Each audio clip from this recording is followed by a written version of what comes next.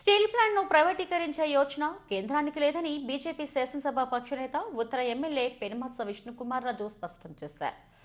Comprehensive contract సిస్టంలో భాగంగానే ఇటీవల 44 విభాగాలను ప్లాంట్ యాజమాన్యం సరళీకరణ చేయనుందని తెలిపారు. దీనిపై ఆందోళన అవసరం లేదని చెప్పారు.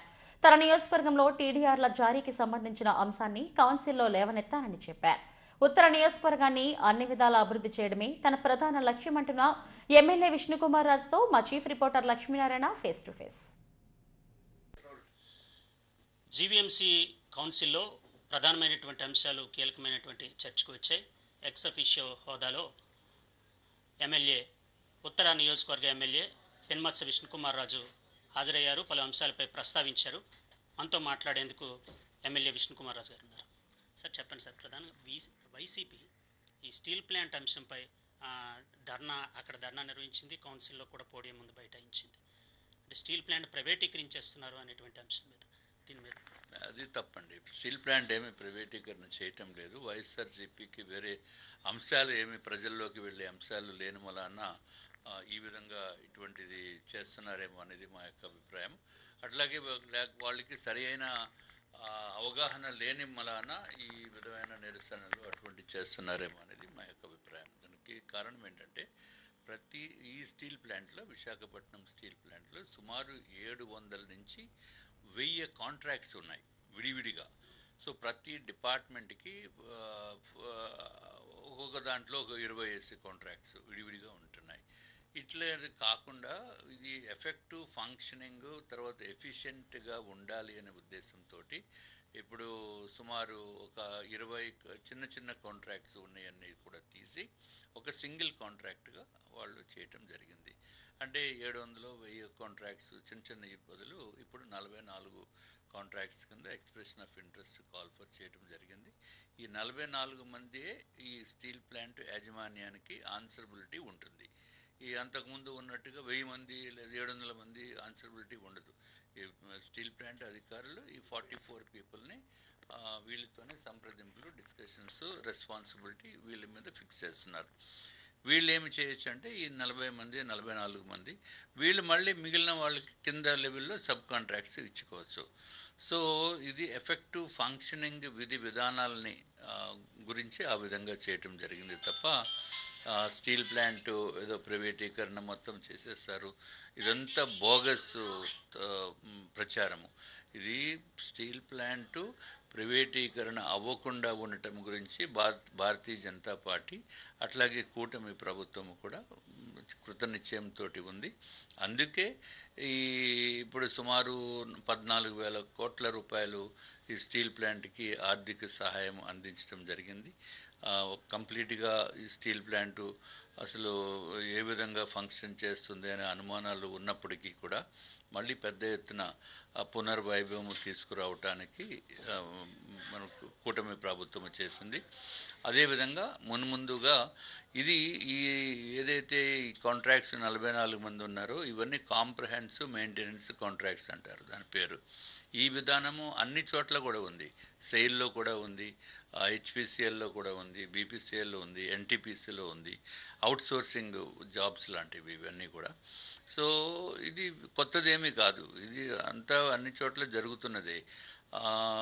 దీని మూలాన ఎఫిషియన్సీ పెరుగుతుంది అని యొక్క ఉద్దేశము. అట్లాగే స్టీల్ ప్లాంటు ప్రైవేటీకరణ అవ్వదు, అది గ్యారంటీగా మేము చెప్తున్నాము. సో దాంట్లో ఏమీ డౌట్ లేదు. దీన్ని పెడార్థాలు తీసి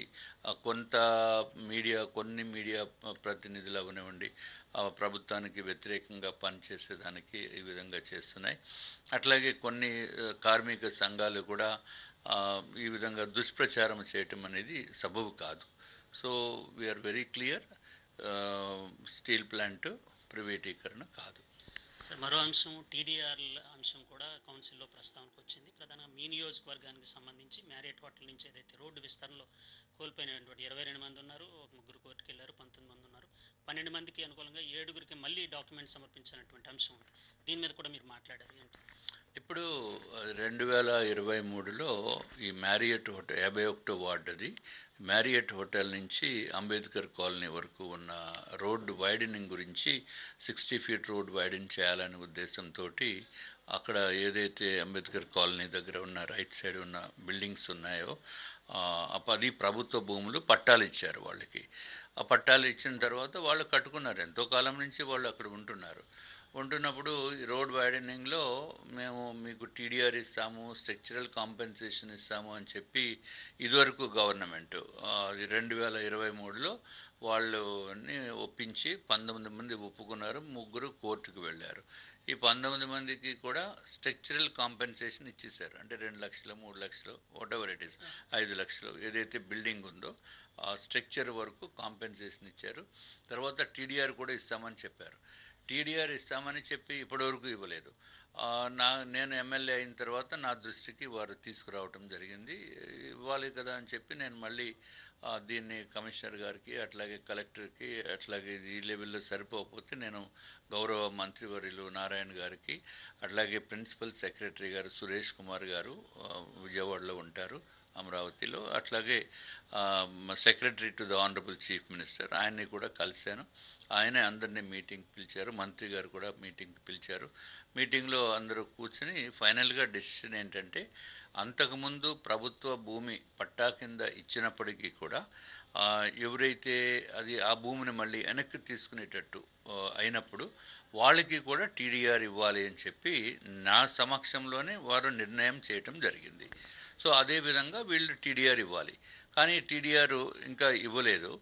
కానీ దీంట్లో ఏమైందంటే 22 మందిలో వాళ్ళు 3 కోర్టుకు వెళ్ళి ఇంకా 19 మందికి 12 మందికి టీడీఆర్ ఇవ్వటానికి మీకు పట్టా ఉంది అన్ని సుముఖంగానే వాళ్ళు అధికారులు చెప్తున్నారు. ఇంకొక 7గురికి వీళ్ళకి నోటీసులు ఇచ్చారు. నోటీసులు అంటే మీ పట్టా తీసుకురండి, లేకపోతే మీరు అక్కడ రోడ్డు వైడనింగ్లో మీ మాస్టర్ ప్లాన్లో మీ బిల్డింగ్ ఎక్కడ ఉంది, అటువంటి అన్ని రకరకాల క్వశ్చన్స్ అన్నీ అడుగుతూ మీరు ఇవ్వండి అని అడిగారు. కానీ స్ట్రక్చరల్ డబ్బులు ఇచ్చినప్పుడు అవన్నీ అప్పుడు చూసుకోవాలి. ఇప్పుడు అంతా అయిపోయి పాపం వీళ్ళు ఇల్లు కొట్టించుకున్న తర్వాత ఇప్పుడు అడగటం అనేది కరెక్ట్ కాదు. అప్పుడే వాళ్ళు మిగిలిన 3తో పాటు కోర్టుకు వెళ్ళి ఉంటే ఈ పాటికి వాళ్ళు కూడా ఇళ్ళల్లో ఉందరు. కానీ ఇప్పుడు ఇళ్ళల్లో లేకుండా వాళ్ళు ఎక్కడో పాపం అద్దెంట్లో ఉంటూ నానా ఇబ్బందులు పడుతూ రకరకాల బాధలకి గురవుతున్నారు. అది కరెక్ట్ పద్ధతి కాదు. సో అందుకు నేను ఇవాళ కౌన్సిల్లో కూడా రైజ్ చేయడం జరిగింది. అది వాళ్ళు పైనుంచి ఇంకా ఆర్డర్స్ రావాలని చెప్తున్నారు. తప్పనిసరిగా నేను మళ్ళీ విజయవాడ వెళ్ళినప్పుడు ఆ కన్సర్న్ డిపార్ట్మెంట్తో మాట్లాడి వీడికి ఆర్డర్స్ వచ్చేటట్టు చేస్తాను. నియోజకవర్గ డెవలప్మెంట్స్ గురించి నియోజకవర్గ డెవలప్మెంట్స్ చాలా పెద్ద ఎత్తున డెవలప్మెంట్ యాక్టివిటీస్ ఉన్నాయి. ఇప్పుడు సుమారు 36 కోట్ల రూపాయలు వర్క్స్ ఇంకా పెండింగ్ ఎట్ టు బి స్టార్టెడ్లో ఉంది. 36 crores అంటే చిన్న విషయం కాదు.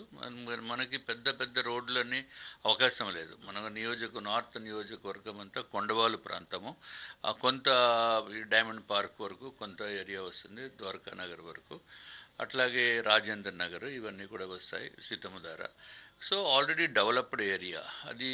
But still 36 crores pending works yet to be started, అవి తొందరలో మొదలు పెడతారు. అట్లాగే ఇది కాకుండా ఒక 6 కోట్ల రూపాయలు ఇప్పుడు దీంట్లోనే కౌన్సిల్లో కూడా శాంక్షన్ అయ్యే అవకాశం ఉంది. టోటల్గా ఒక 42 crores ఇంకా పెండింగ్, మిగిలిన స్టార్ట్ అయిపోయినది కాకుండా. సో ఇది ఒకటే కాకుండా ఇంకా పెద్ద ఎత్తున ఎక్కడైతే రిక్వైర్మెంట్ ఉందో కొండవాలు ప్రాంతంలో తప్పనిసరిగా మేము అన్నీ కూడా టేకప్ చేస్తాము. దాంట్లో ఏమాత్రము డౌట్ లేదు. నియోజకవర్గం అభివృద్ధి చేయడానికి మేము ముందు ఉంటాము. అట్లాగే ప్రభుత్వం కూడా మనం అడిగిన నిధుల్లో కొన్ని 5 వర్క్లు అడిగితే కనీసము 2-3 వర్క్స్ అన్న శాంక్షన్ చేసే పరిస్థితి ఉంది. సో తప్పనిసరిగా నార్త్ నియోజకవర్గాన్ని ఏదైతే ప్రజలు నా పైన నమ్మకంతో గెలిపించారో వారికి నాకు గెలిపించినందుకు మరొకసారి ధన్యవాదములు తెలియజేసుకుంటూ నా వంతు కృషి నేను చేస్తూ డెవలప్మెంట్ చేస్తాము నియోజకవర్గానికి అని చెప్పి తెలియజేస్తున్నాం. స్టీల్ ప్లాంట్ ఎట్టి పరిస్థితుల్లోనూ ప్రైవేటీకరించే పరిస్థితి ఉండదు. పరిపాలనా సౌలభ్యం కోసం కొన్ని విభాగాలను కాంట్రాక్టర్స్ ఈ విధంగా అప్పగించడం జరుగుతుందే తప్ప స్టీల్ ప్లాంట్ను ప్రైవేటీకరించే పరిస్థితే లేదు. అదేవిధంగా టీడీఆర్ల అంశాన్ని కూడా కౌన్సిల్లో లేవనెత్తాం. అవి కూడా పరిష్కార దిశగా ఉన్నాయి. నియోజకవర్గంలో పెద్ద ఎత్తున నిధులు వెచ్చించి అభివృద్ధి చేస్తున్నాం. ప్రజలు ఏదైతే నమ్మకం పెట్టుకున్నారో ఆ నమ్మకాన్ని వమ్ము చేయకుండా నియోజకవర్గాన్ని అత్యుత్తమంగా తీర్చిదిద్దడమే తన లక్ష్యమని చెప్తున్నారు ఉత్తర MLA Penmatsa Vishnukumar Raju. Video journalist శ్రీనివాస్తో లక్ష్మీనారాయణ, ఎస్డీవీ న్యూస్, విశాఖపట్నం.